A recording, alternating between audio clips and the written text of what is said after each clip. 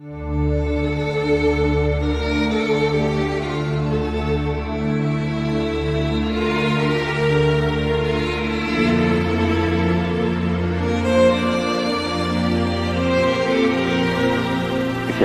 es una de las meditaciones que considero más importantes en cualquier Semana Santa. Y lo considero así porque nosotros no podemos pensar en la Semana Santa como un acto que tiene solo como protagonista a Jesucristo. Creo que la Semana Santa tiene como protagonista a nuestro Señor, pero también tiene como protagonista a la Santísima Virgen. Por eso, aunque todo lo que hemos estado meditando ha tenido como centro a Jesús, sobre todo en los oficios, me parece que ahora llega el momento de poder dirigir nuestra mirada a la Santísima Virgen. Así que vamos a comenzar con una oración. En el nombre del Padre, del Hijo, del Espíritu Santo. Dios te salve María, llena eres de gracia, el Señor es contigo. Bendita tú eres entre todas las mujeres. Santa María, Madre de Dios, ruega por nosotros pecadores, ahora y en la hora de nuestra muerte. Amén. Gloria al Padre, al Hijo y al Espíritu Santo.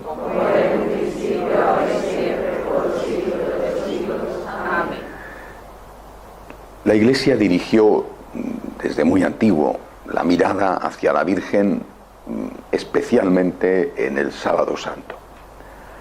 Cuando muere un hijo, todo el mundo, por supuesto, siente compasión por el hijo muerto, pero la mirada se dirige hacia la madre del hijo, hacia el padre también. En aquel caso, San José ya llevaba muerto, no sabemos cuántos años, pero ya hacía un tiempo. Y por eso la Iglesia siempre pensó, ante todo, en María, la madre del hijo muerto. Además, en estos días, la Virgen había sido la coprotagonista con Jesús. Al pie de la cruz estaba ella, pero al fin todavía su hijo estaba vivo. En cambio, el sábado es el día en el cual su hijo no está con ella. Aunque ya se había separado de él pues, durante la vida pública, por ejemplo, no era igual. Ella sabía que su hijo andaba por la Galilea, andaba en Jerusalén, andaba en el Jordán. Tenía además una comunicación de alma total. Aunque no había teléfono, no había internet, la relación entre madre e hijo era tan fuerte que la presencia del hijo era permanente aunque no estuviera. Es el único momento en la vida de María en que esto no sucede. Así que por eso el Sábado Santo, y de ahí todos los sábados, están dedicados a la Santísima Virgen, como un cumplimiento de la promesa que Juan le hace a María al pie de la cruz de cuidar de ella en aquella entrega que Jesucristo le hace a Juan y le hace a María. Ahí tienes a tu hijo, ahí tienes a tu madre. Cuidar de nuestra madre cuando nuestra madre está sola, y por eso la importancia que tiene no solo dedicarle el sábado a María, pero de una manera especial dedicarle al menos un día a la semana a la Santísima Virgen. Así que en este Sábado Santo nosotros nos fijamos en María, nos dedicamos a meditar sobre ella. Pero no somos los únicos que nos hemos fijado en María. El demonio centró su mirada en la Virgen. Jesucristo es Dios y la Virgen no es Dios. Pero la Virgen era la roca firme. El demonio ya se había enfrentado con otra mujer inmaculada, Eva. Eva, antes del primer pecado,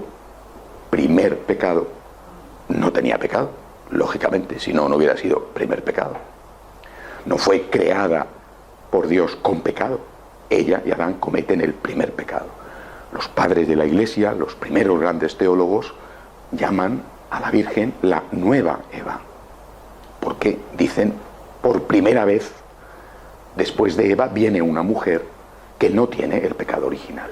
Y con la primera Eva empieza la primera creación del hombre, con la segunda Eva, María, empieza la nueva creación. El demonio ya se había enfrentado con Eva y había vencido. Ahora le llegaba el momento a María. No era la primera vez que el demonio intentaba apoderarse de ella, entrar en su alma pura. Pero María había vencido a Satanás, había pisado su cabeza en esos 33 años, porque ella, a diferencia de Eva, cuando es atacada por el demonio en el paraíso, María es madre. Esta es la gran diferencia entre María y Eva. La segunda Eva es madre. Es decir, separarse de Dios, ceder al demonio, implicaba separarse de su hijo. El demonio no había podido con María. No solamente la tentación, la que fuera, ignoramos cuáles fueron las tentaciones de María, sabemos algo de las tentaciones de Jesús porque nos los cuenta el Evangelio. Pero el demonio no había podido abrir una brecha entre María y Dios. María había permanecido la Inmaculada, no solamente purísima en el sentido de no tener relaciones con varón, sino purísima en todos los aspectos, es decir, sin pecado. Ahora llegaba la hora de nuevo, porque ahora lo que estaba en juego era el Hijo. Si el Hijo había sido la fortaleza de María para pasara lo que pasara, estar con Dios, ahora el Hijo no estaba.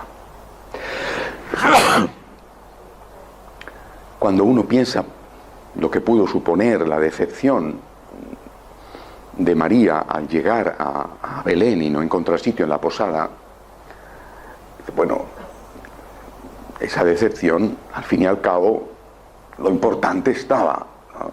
¿Cómo te vas a enfadar con Dios teniendo en tu vientre al Hijo de Dios? Después nace el niño, tienes que huirte a Egipto. Bueno, sí, pero ¿cómo te vas a enfadar con Dios teniendo en los brazos al Hijo de Dios? Pero ahora ya no estaba. Yo creo que ese día, no solo el sábado, desde el viernes, el demonio hace el ataque a una fortaleza hasta ese momento inexpugnable. María era la fortaleza inexpugnable. Y así es como tenemos que ver las cosas. Y por eso digo, no es justo que nosotros nos fijemos únicamente en cómo vive el principal protagonista, no cabe duda que él es el principal protagonista, Jesús, cómo vive aquel acontecimiento. Porque junto a él hay una protagonista. Esa protagonista es la mamá, la madre, la Virgen María. Y no solamente el objetivo del demonio era separar a Jesús del Padre, con lo cual todo se hubiera arruinado. Y está a punto de conseguirlo. A punto, después de la tortura, de la pérdida de la sangre, de las burlas, de las traiciones. Después de todo eso, Jesucristo dice, de tal forma que le oímos decir: Padre, ¿por qué me has abandonado? Está a punto de conseguirlo. O sea, ya ahí el demonio sonríe. Es mío, es mío. Si duda de Dios, si reniega de Dios, es mío. Es una escena muy parecida a la que se describe en el libro de Job, cuando después de todas las desgracias que le están ocurriendo a Job, la pérdida de los hijos, de la casa, de la salud, de todo, ¿no? Su propia esposa y sus amigos, haciendo de tentadores, le dicen: Dios te ha abandonado, algo malo has hecho. Bueno, le dicen: maldice a Dios y muérete. Termina tu vida con una maldición. el demonio está realmente al borde del éxito definitivo cuando logra que la duda entre en el propio Cristo. Dios mío, ¿por qué me has abandonado? Después Jesús, lo meditábamos ayer, lo sabemos porque lo cuenta el Evangelio, va a expresar su confianza. Padre, en tus manos encomiendo mi espíritu.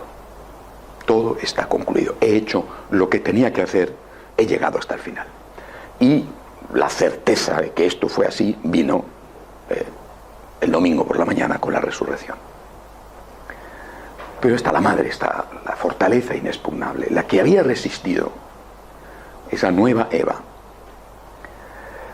Vamos a intentar entrar en el corazón de María, en el alma de María. Es una empresa imposible, porque primero estamos hablando de algo que seguramente solo otra mujer que hubiera pasado por algo parecido, la pérdida de un hijo, y ver cómo le matan, podría entender en parte, pero es que además es el alma de la Virgen, no es ni siquiera el alma de una mamá cualquiera, es el alma de la Virgen. Pero con gran respeto vamos a intentar entrar en esto, para darle valor a lo que la Santísima Virgen vivió en esas horas del Viernes Santo, cuando ve a su hijo, cuando le ve según la tradición en el camino de la cruz, o desde luego cuando según el Evangelio ya le ve crucificado. El primer dolor de María fue la burla, el desprecio y el abandono de aquellos que tanto le debían. Es decir, esa periferia, pero periferia próxima. ¿Dónde estaban el viernes por la tarde los que habían recibido los milagros de Cristo? Es una pregunta que siempre me he hecho. ¿Dónde estaban? ¿Dónde estaban los resucitados? ¿Dónde estaban los curados? ¿Dónde estaban los alimentados? ¿Dónde estaban? Los ex paralíticos, los ex leprosos, ¿dónde estaban? Así que el primer dolor que sacude a María, el primer golpe del demonio, porque, repito, quisiera que entendieran que todo esto va dirigido a conseguir una cosa, que la Virgen se separe de Dios. Va dirigido a conseguir que la Virgen tenga dentro de ella un sentimiento que no sea amor puro. Por el odio que el demonio le tiene a María y por el odio que el demonio le tiene a Dios. Porque la Virgen está allí, el demonio lo sabe, como la que sostiene al Hijo.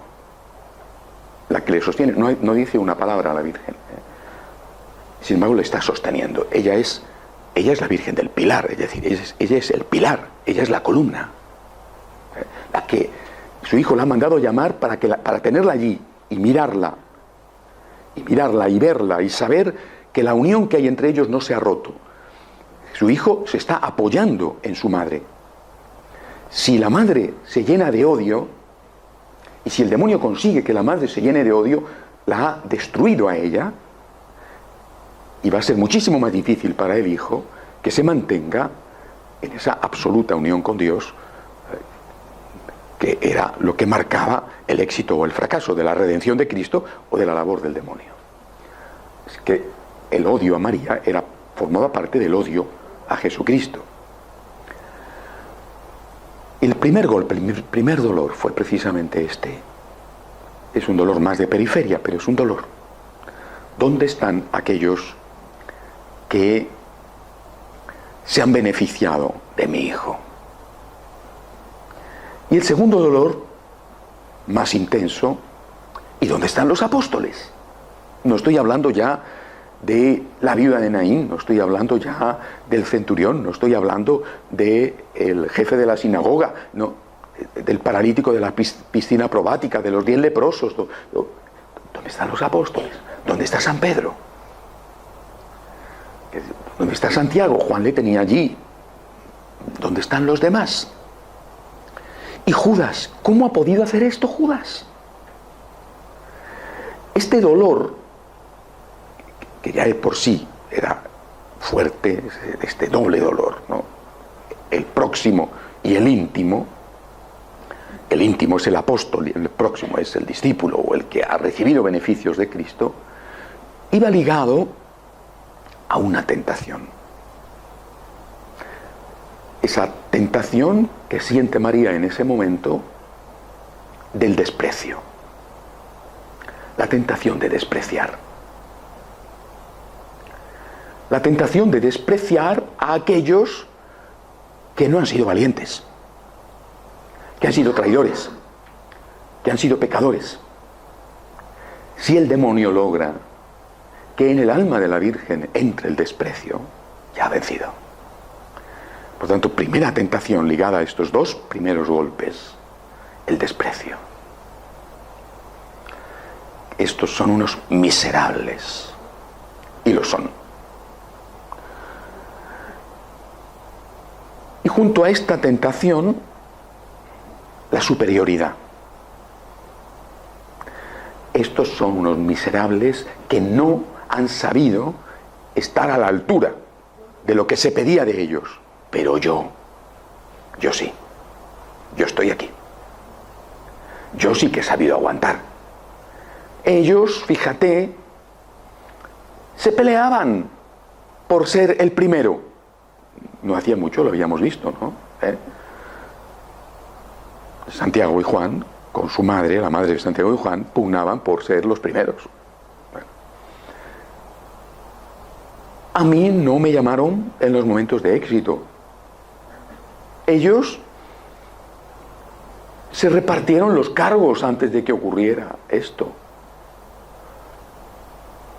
Ellos fueron ordenados sacerdotes hace apenas unas horas, Jueves Santo. A mí no. ¿Y ahora qué? Es importante entender esto porque estos sentimientos, estas tentaciones que vive María son las nuestras. O sea, estoy hablando de la Virgen, de lo que ella siente, pero estoy hablando de nosotros, de tus tentaciones, de mis tentaciones. La tentación del desprecio al que no es bueno, al que no va a misa, al que no hace aquello que tú estás haciendo, al que no da limosna, al que no sabe comportarse correctamente. La tentación de la superioridad, de sentirte más. Nosotros tenemos esas tentaciones. Y esas tentaciones vienen ligadas a nuestras buenas obras. Que puede ser que alguno tenga esa tentación y no tenga motivos. Puede ser, porque hay de todo. Pero lo normal es que tú vas a misa y el otro no va. Y no me refiero solo a Dios. Tú ayudas a tu mamá y tu hermano no la ayuda. Tú eres un buen profesional y el otro no. Y luego cobráis todo lo mismo. La tentación del desprecio, la tentación de la superioridad, de la soberbia, es el demonio, y empieza a decírtelo muy sutilmente como él actúa. Cuando tú haces el bien. Si la Virgen hubiera cedido, si la Virgen hubiera sentido un gramo de odio o de desprecio hacia Judas, se había acabado todo. El demonio intentaba que solo un sentimiento de este tipo entrara en el alma de María. Se había acabado todo. Ella tenía la mirada clavada en los ojos de su hijo. Cuando el hijo perdía el conocimiento, cuando el hijo parecía que ya había muerto, pero aún se levantaba, se incorporaba pesadamente para respirar, si abría un poco los ojos entre la cortina de sangre que le bañaba la cabeza, veía a su madre. El demonio estaba dándole la vuelta a los dos, a uno de una forma y a la otra de otra manera. Y después venía dos dolores, una tentación, un tercer dolor. ella le ve cómo le torturan. Yo no sé lo que debe de ser esto, porque ver morir es horrible, pero ver cómo es torturado de aquella manera el ser más querido tiene que ser algo de enloquecer, de gritar, de desesperarte. Y en ese momento, si hacia los apóstoles podía sentir desprecio y sentirse superior, porque ella sí que estaba cumpliendo, en ese momento lo que tenía que sentir era odio, simplemente odio, no desprecio, odio, rabia, odio. Esta es la palabra, odio. ¿Os imagináis a la Virgen viendo cómo está su hijo en el suelo, a pocos metros de él? Y cómo se pone sobre su pecho, porque así fue, se pone sobre su pecho aquellos soldadotes, extienden su mano sobre el tablón horizontal de la cruz y le clavan, y ella lo ve. La angustia y el dolor de esta mujer, de esta madre, tuvo que ser imposible. Es que yo no concibo lo que ella tuvo que sentir. Y por lo tanto, junto a eso, con su capacidad de resistencia al límite, junto a eso, la tentación. Odia. Se lo merecen. Odia. Primero desprecia, después odia. Si cedía, se había acabado todo. Estoy seguro de que ella lo sabía, de que ella sabía la batalla que se estaba librando. Y que ella sabía que ceder, es decir, dejar que el odio entrara en su alma, era acabar con la ayuda que su hijo necesitaba en ese momento de ella.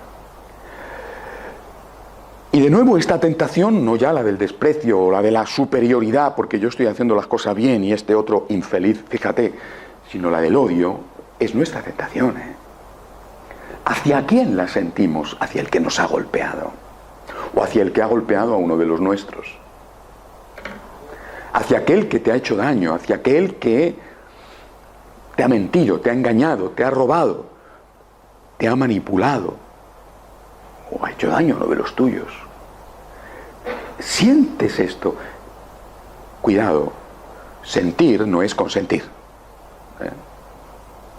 No puedes evitar sentir. No puedes evitar sentir frío o calor, miedo, tentación de lujuria, tentación de pereza. El problema es consentir.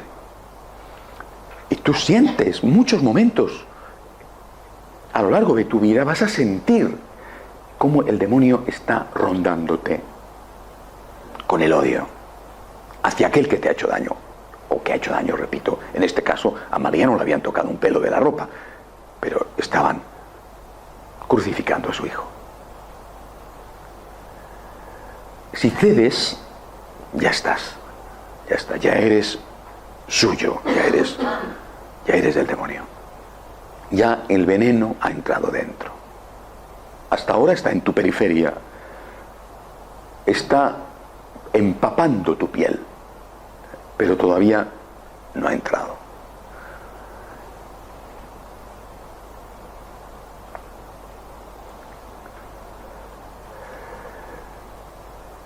Hay un cuarto dolor que yo creo que es, ayer les decía, la cuarta palabra de Cristo en la cruz, cuando el Señor habla al Padre y le dice Eloí, Eloí, lama sabactani. Este cuarto dolor, Dios mío, ¿por qué me has abandonado? Esta cuarta palabra de Jesús corresponde al cuarto dolor de María. Jesús duda de Dios y la Virgen duda de Dios también. ¿Cómo se tuvo que sentir María cuando le escucha a su hijo decir eso? Era el momento de la aniquilación de la inteligencia. Para Jesús era el momento de la kenosis, del abandono absoluto, de la pérdida de sentimiento de unidad con el Padre, no de la pérdida de unidad, que es distinto, sino de que Jesús en ese momento ya no siente la unidad con el Padre, y esto es imposible de entender porque no es un hombre solamente, es un Dios, es Dios. Por tanto, la relación con el Padre es que Él es el Hijo único del Padre, del único Dios, que son tres personas distintas. ¿Cómo se pudo producir esta pérdida de la sensación de unidad? Repito, es algo que no podemos entender, y además, qué trágico tuvo que ser para Jesús experimentar esto. Pero la madre está allí, viéndole y escuchándole, y ella oye estas palabras.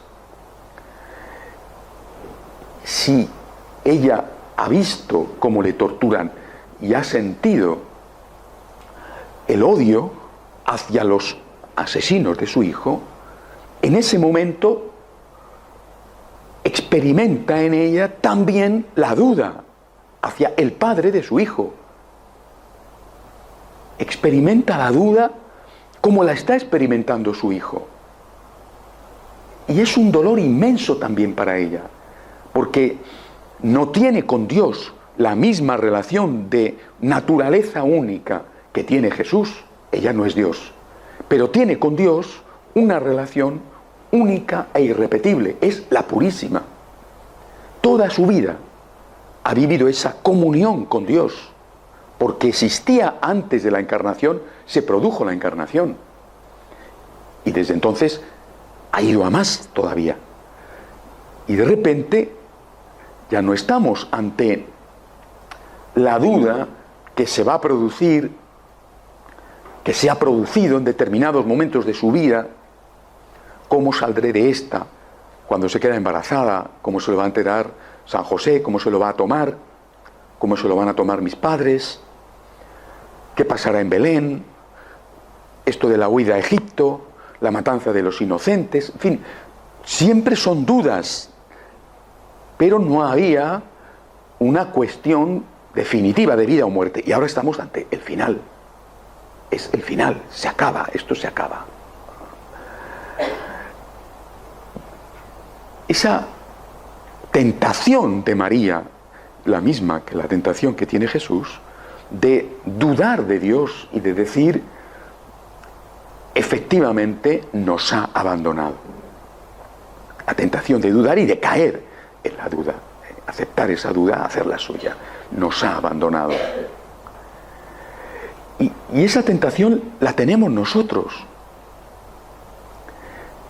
La tenemos nosotros cuando en nuestra vida personal pasamos por las oscuridades.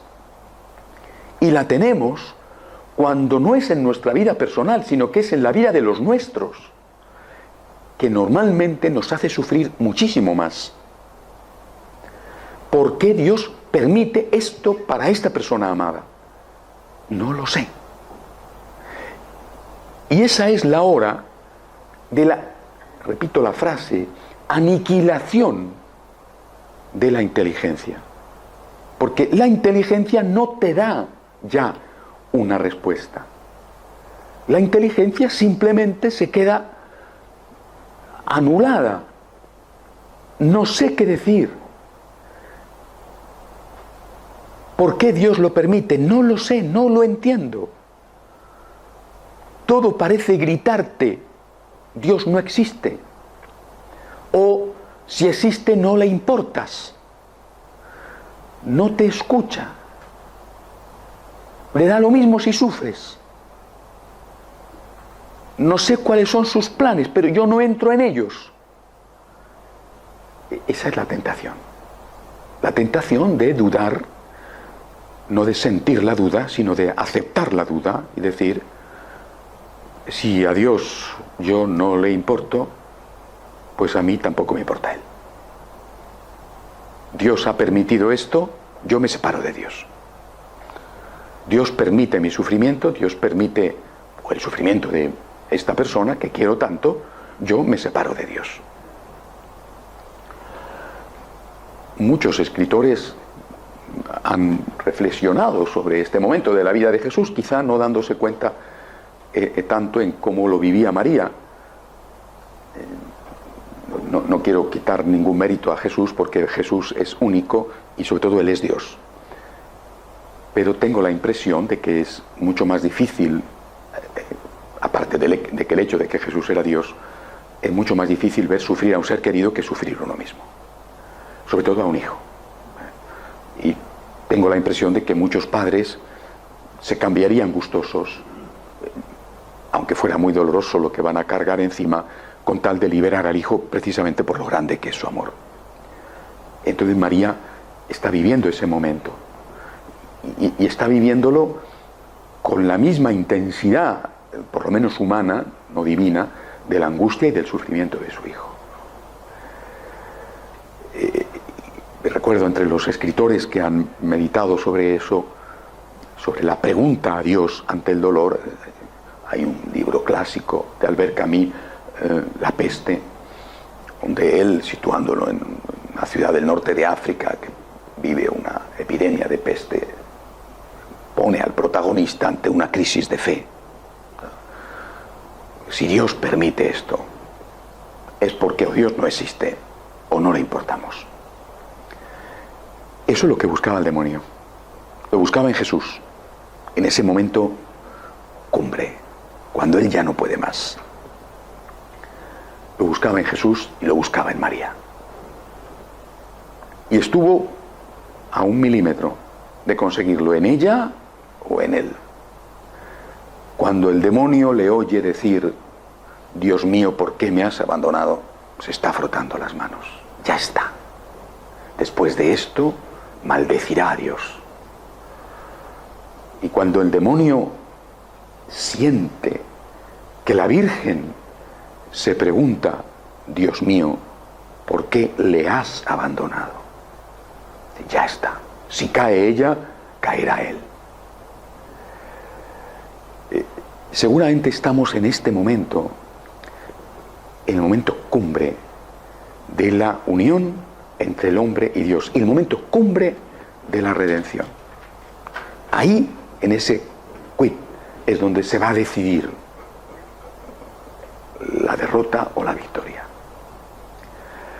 Y María, lo mismo que Jesús, resistió la tentación, pero la resistió, imaginad, pagando un precio inmenso de sufrimiento.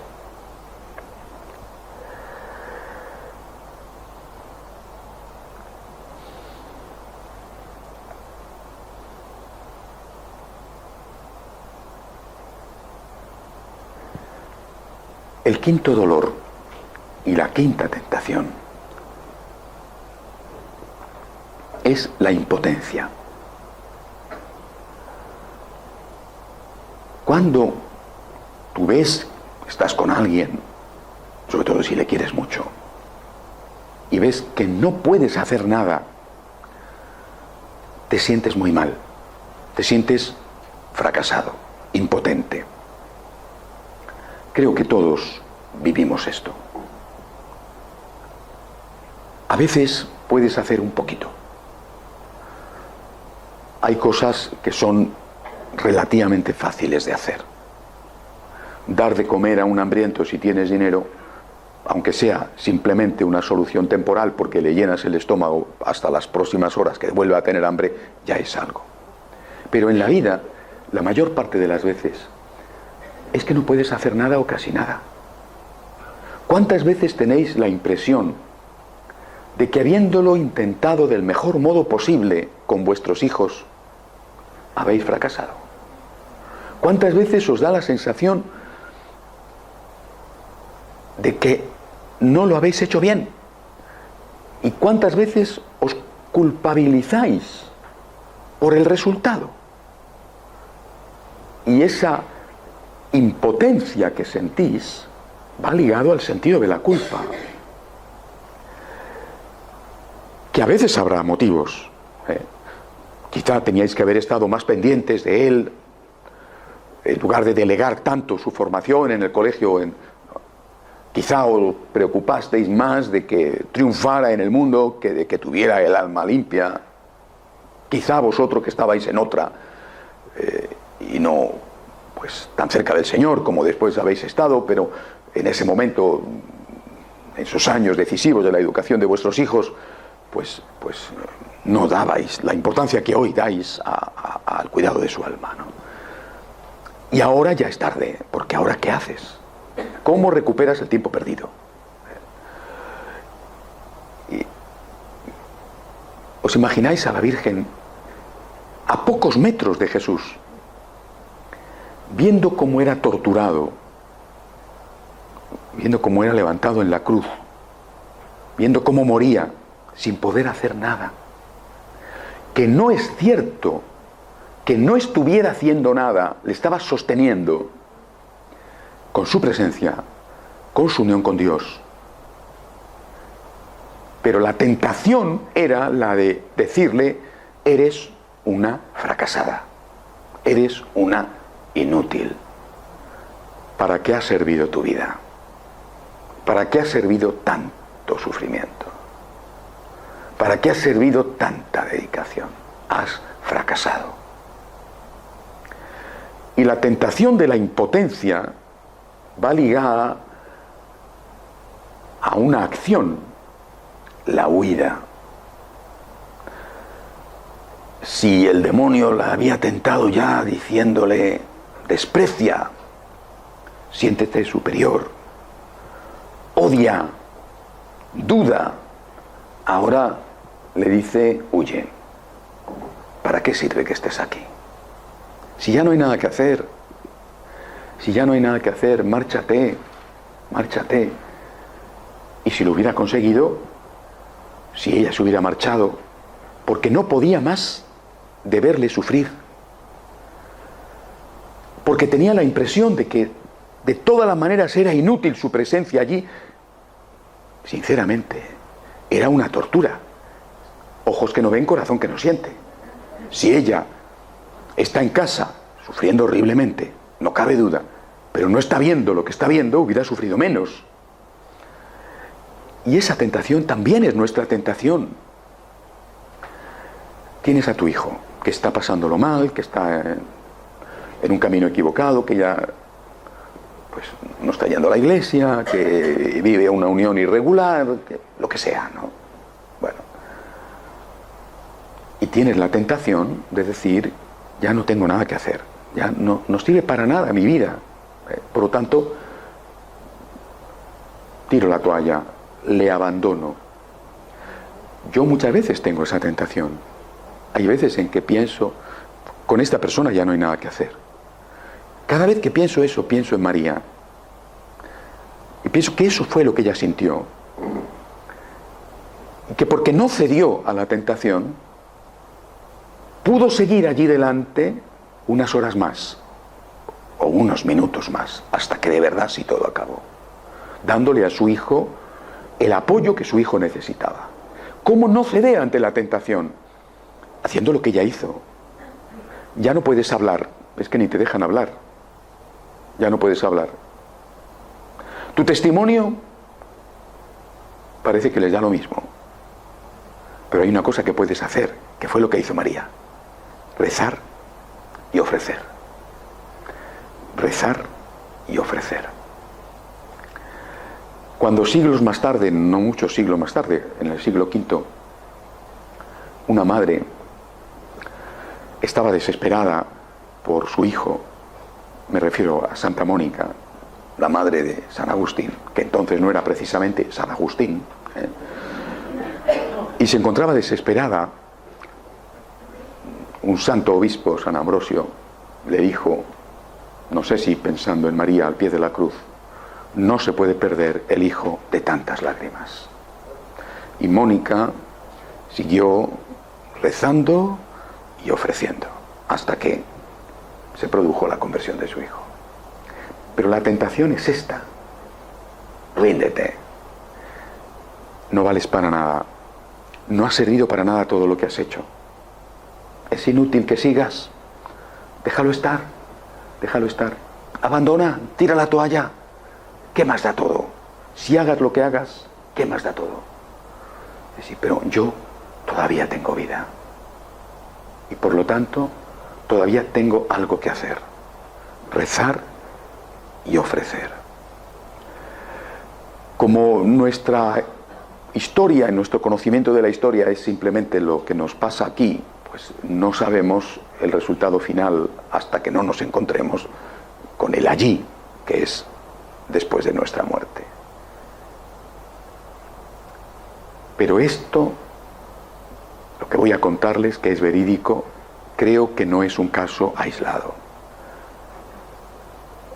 En una ocasión estaba en la parroquia de Madrid, antes de tener el templo que tenemos ahora, cuando estábamos aún en un prefabricado, una humilde caseta de obra. Estaba yo solo en la iglesia, acababa de abrir por la tarde. Se presentó un señor, nunca le había visto, nunca le volví a ver. Entró: padre, necesito confesar. Me dijo, soy un delincuente.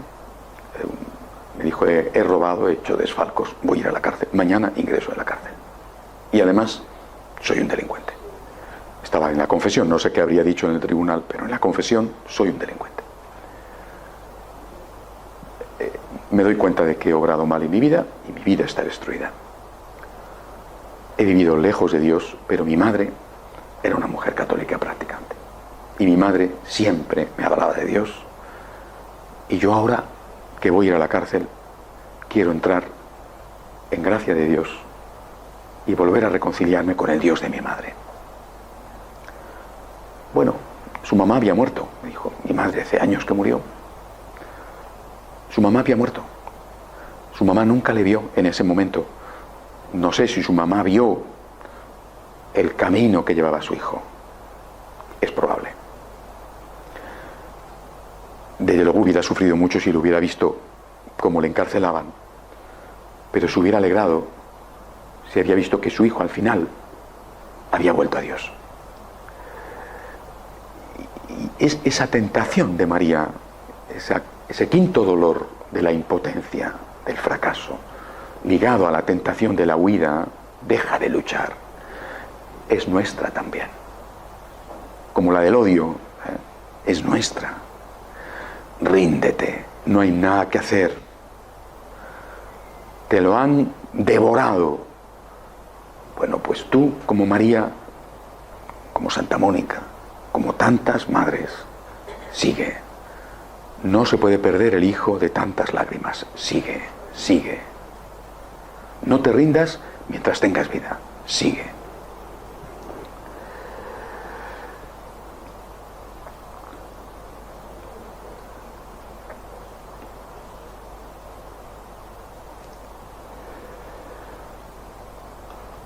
Hay otro dolor de María, que es el dolor que ella experimenta ante la injusticia.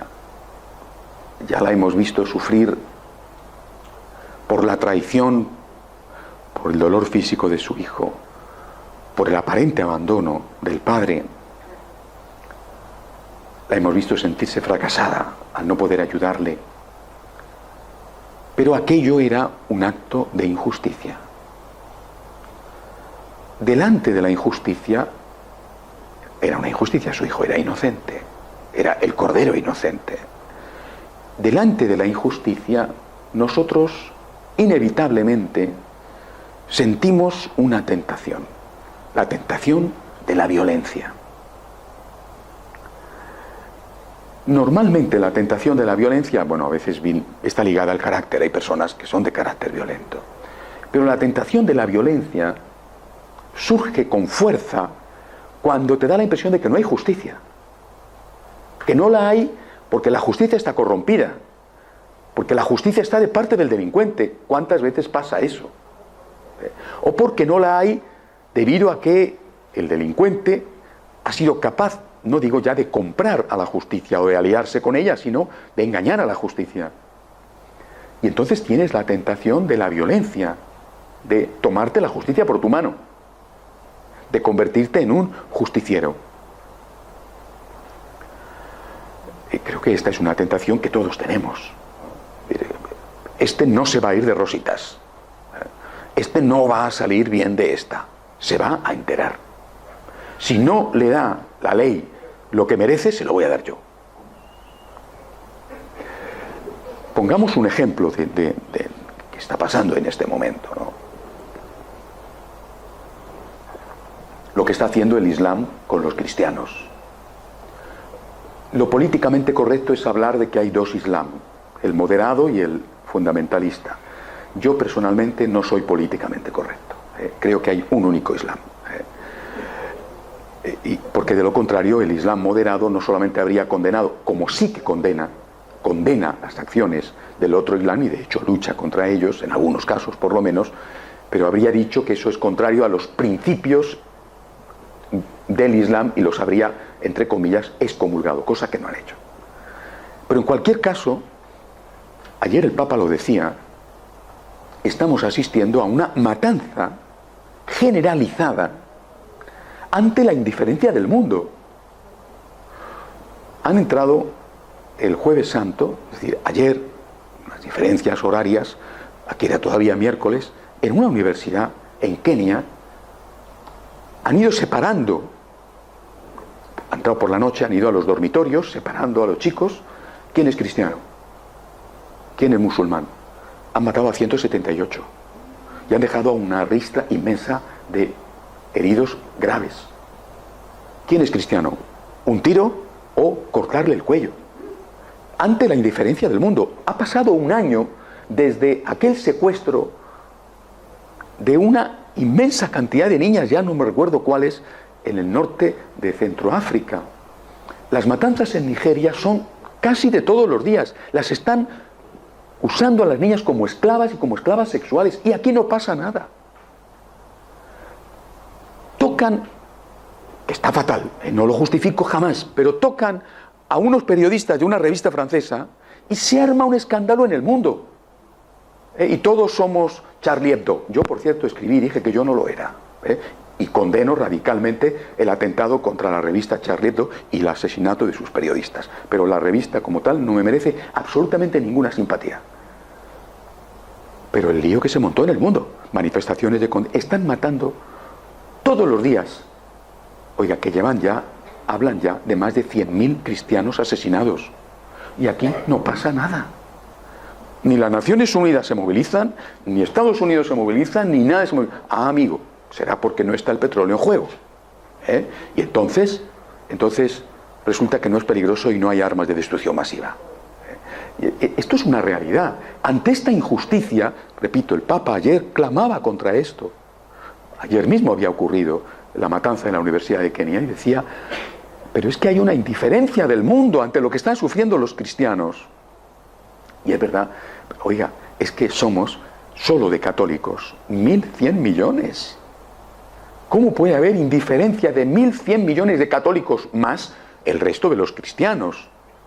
Que el conjunto de los cristianos somos más que el conjunto de los musulmanes, por lo menos todavía. ¿Cómo puede haber esta indiferencia? No pasa nada. Y si decimos de hacer una colecta, muy pocos son los que se sensibilizan. Oiga, que lo que están matando, hay una plaza en la ciudad de Mosul, que es la segunda ciudad de Irak, donde pusieron estacas, en cada una de ellas la cabeza de un niño. Eso lo hemos visto en televisión. Y no pasa nada. Delante de la injusticia, y esta es una injusticia grave, cierto, la de Jesucristo, es la injusticia mayor, porque Él era el inocente. Delante de la injusticia, lo que tienes ganas es de recurrir a la violencia. Esa es la trampa. Esa es la tentación. Querer vencer al mal con el mal. Ese es el demonio. Qué sutil, ¿verdad? Qué insidioso.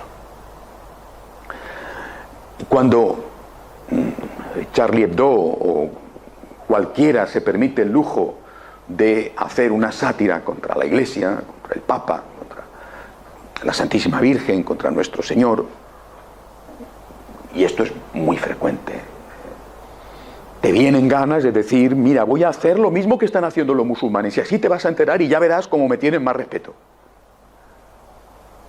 Esa es la trampa. Y es bien difícil esa tentación, ¿verdad? Porque te da la sensación de que no recurrir a la violencia permite a tus enemigos hacer más daño todavía.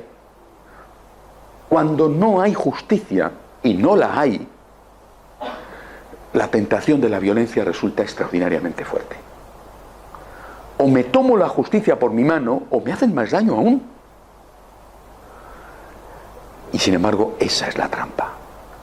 Un cristianismo, un catolicismo que, oiga, no sé si en legítima defensa, decidiera ojo por ojo y diente por diente, han hecho esto contra una iglesia, ahora vamos a hacerlo contra una mezquita, a ver qué pasa. Han entrado en una universidad católica, vamos a entrar en una universidad musulmana, a ver qué pasa. Si cayéramos en esa trampa, entonces no sé qué ocurriría a nivel de geopolítica mundial, que sería espantoso seguramente, pero entonces sí que nos habrían vencido. Y esta tentación la tiene la Virgen. Y ahora apliquémonos esto a nuestra propia circunstancia, que no es la de los cristianos perseguidos, pero sí que es la de experimentar en cosas diferentes de esas tan graves, de experimentar injusticias. Y por lo tanto, la tentación de tomarte tú la justicia por tu mano, la venganza, la violencia, la tentación de decir, te vas a enterar. Esa tentación también la experimentó María. Y esa tentación, ella lo sabía, la hubiera separado de su hijo. Y la hubiera separado de su hijo porque, no hay que olvidarlo, la primera palabra que pronuncia su hijo en la cruz es: Padre, perdónales, que no saben lo que hacen.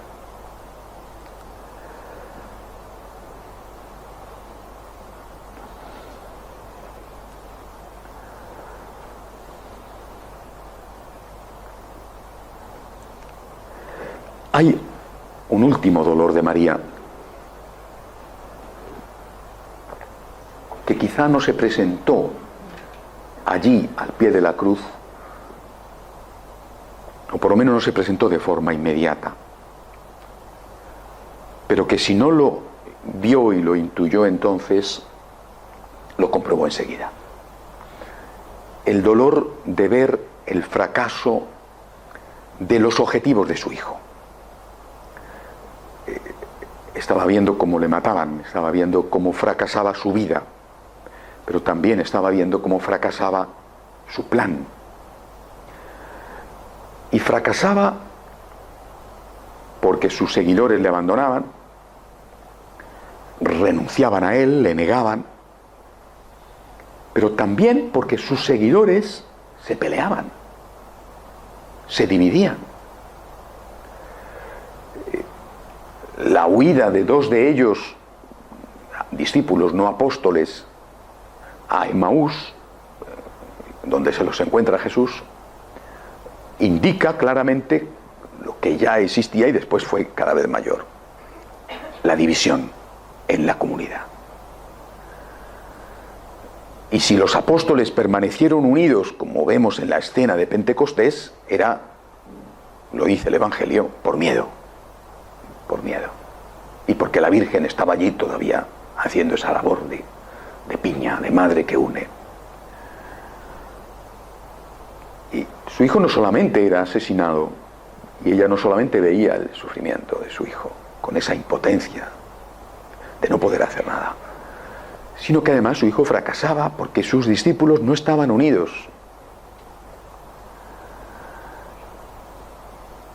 La Virgen María también ahí tenía una tentación, la tentación de renunciar a defender el depósito doctrinal de su hijo.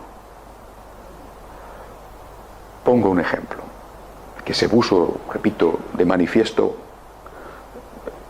no mucho después de este momento del Viernes Santo. Cuando los apóstoles empiezan a debatir a propósito de si podían o no admitir paganos en la iglesia naciente, y de si a esos paganos, que eran griegos o eran romanos o eran egipcios, si a esos paganos les tenían que obligar o no a que siguieran las costumbres litúrgicas y culturales judías, no comer carne de cerdo, la circuncisión, el respeto del sábado, etcétera, se va a producir en los apóstoles una división que se zanja en el primer concilio, que es el de Jerusalén, donde hay dos sectores que se enfrentan dialécticamente, no agresivamente, pero tienen planteamientos distintos. Unos consideran que hay que mantener de alguna manera la fidelidad a la religión judía, y los otros dicen que con Jesucristo ha empezado una cosa nueva, que por lo tanto, si no quieres comer cerdo no lo comas, pero aquí lo importante no es comer o no comer cerdo, sino confesar a Jesucristo, aceptar lo que Él enseña e intentar practicar lo que Él nos ha enseñado. Bueno, ese es un conflicto que se zanja por la intervención de San Pedro, que da la razón a San Pablo, que es el que estaba diciendo, si nos encerramos en las leyes judías, dejamos al mundo fuera. Porque la mayoría no van a querer aceptar estas costumbres que son nuestras, hemos aprendido desde niños, pero que para la inmensa mayoría de la gente son simplemente ridículas. El mensaje es maravilloso, pero estos son costumbres accidentales que no son esenciales. Ahí hay una primera lucha. Si la Virgen hubiera dicho, hay que pactar, cede tú y cede tú, cosa que no dijo, Si la Virgen hubiera dicho, la verdad no importa, también ella entonces habría contribuido a la destrucción de la obra de su hijo. Y eso lo vemos hoy y ayer y en 2000 años, de forma ininterrumpida. La tentación de renunciar a la verdad. La tentación de creer que en la Iglesia tenemos que llegar a una especie de consenso mediante los votos, las mayorías, y que en la Iglesia lo que tenemos que hacer es permitir que cada uno haga lo que quiera. Recuerdo la lectura de un libro que me produjo un gran efecto, la autobiografía de Chesterton. Chesterton fue un converso del anglicanismo con un humor inglés exquisito. Empieza su autobiografía diciendo, procedo o he nacido en una familia rica pero honrada. Porque claro, una familia pobre pero honrada, no, una familia rica pero honrada, cosa excepcional. Bueno, así era el humor de Chesterton, una cosa exquisita. Y Chesterton dice que él se va acercando al catolicismo y habla con los anglicanos, la iglesia anglicana en la que participa y en la que es practicante, y que va descubriendo el amor a la Virgen, por ejemplo, habla mucho del amor a la Virgen, la Eucaristía, y que el pastor anglicano con el que él trata le dice, mira, tú puedes ser anglicano, puedes seguir siendo anglicano e incluso rezar el rosario, porque en el anglicanismo hay un sector que se llama la High Church, la alta iglesia, donde creen en la presencia de la Eucaristía, se confiesan, rezan el rosario. Es decir, te encuentras con esa sorpresa dentro del anglicanismo. Aquí en Estados Unidos se llama el episcopaliano, los episcopalianos. Bueno, esto era de la época evidentemente de la época de Chesterton, a mediados de los años, del siglo pasado, del año 1940 o por ahí. Hoy en día los episcopalianos, por lo menos en Estados Unidos, casi cualquier parecido con aquello puede ser pura coincidencia. Pero en cualquier caso, en aquel momento era así, al menos en Inglaterra. Y Chesterton escribe en sus memorias, he decidido hacerme católico porque no quiero pertenecer a una religión que me permita rezar el rosario. Fíjense el detalle. No quiero pertenecer a una religión que me permita rezar el rosario, es decir, que me tolere rezar el rosario. Quiero pertenecer a una religión donde lo obligatorio sea rezar el rosario. No quiero pertenecer a una religión que me permita creer en la Eucaristía. Quiero pertenecer a una religión donde se crea en la Eucaristía. No quiero pertenecer a una religión donde donde se me tolere porque soy un excéntrico o un carca o un tradicionalista o un fundamentalista o un fariseo, o en todas estas cosas que están diciendo en los últimos años. No quiero pertenecer a una religión donde cada uno pueda hacer lo que le dé la gana y donde uno pueda creer en Dios y otro no, en la Trinidad y otro no, en el cielo y otro no, en el infierno y otro no. No quiero pertenecer a esta religión. Quiero pertenecer a una religión donde se diga esto es en lo que hay que creer. Hoy tenemos esta tentación de una forma especial. Y también María la vive. En ese momento, porque podía haber dicho,